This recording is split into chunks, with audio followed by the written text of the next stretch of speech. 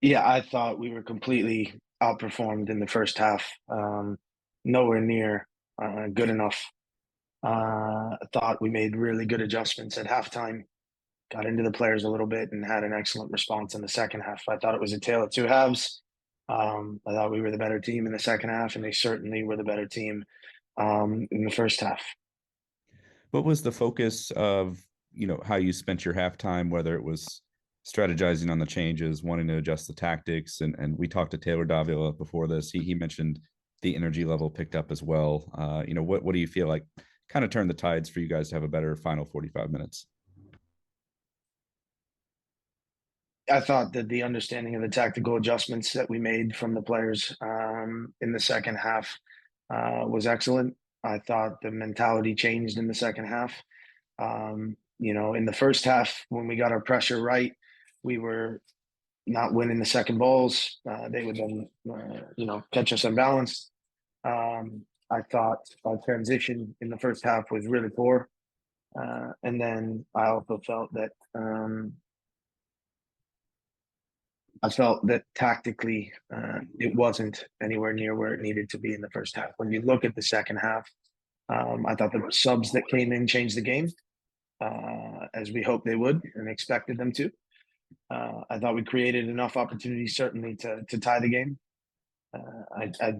I believe there was a big missed call there late for us to tie the game from a penalty standpoint.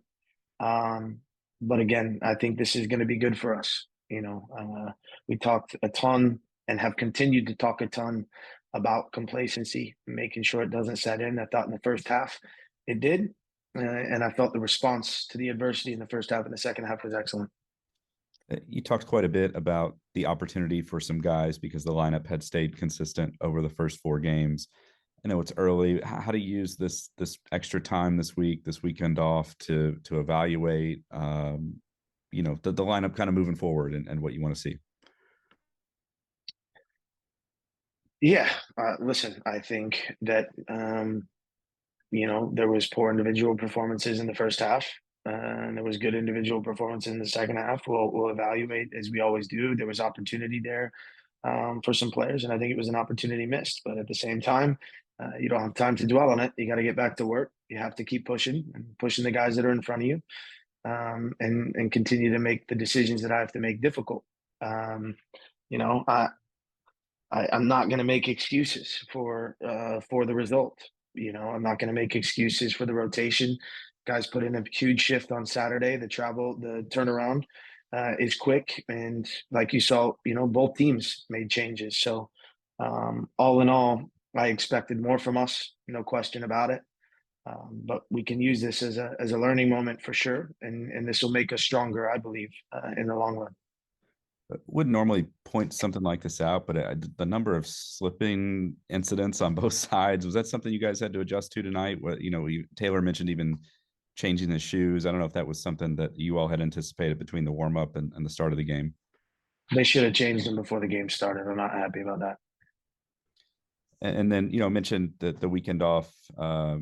As you go into the Open Cup, sort of a different competition. Have you thought about the approach to that?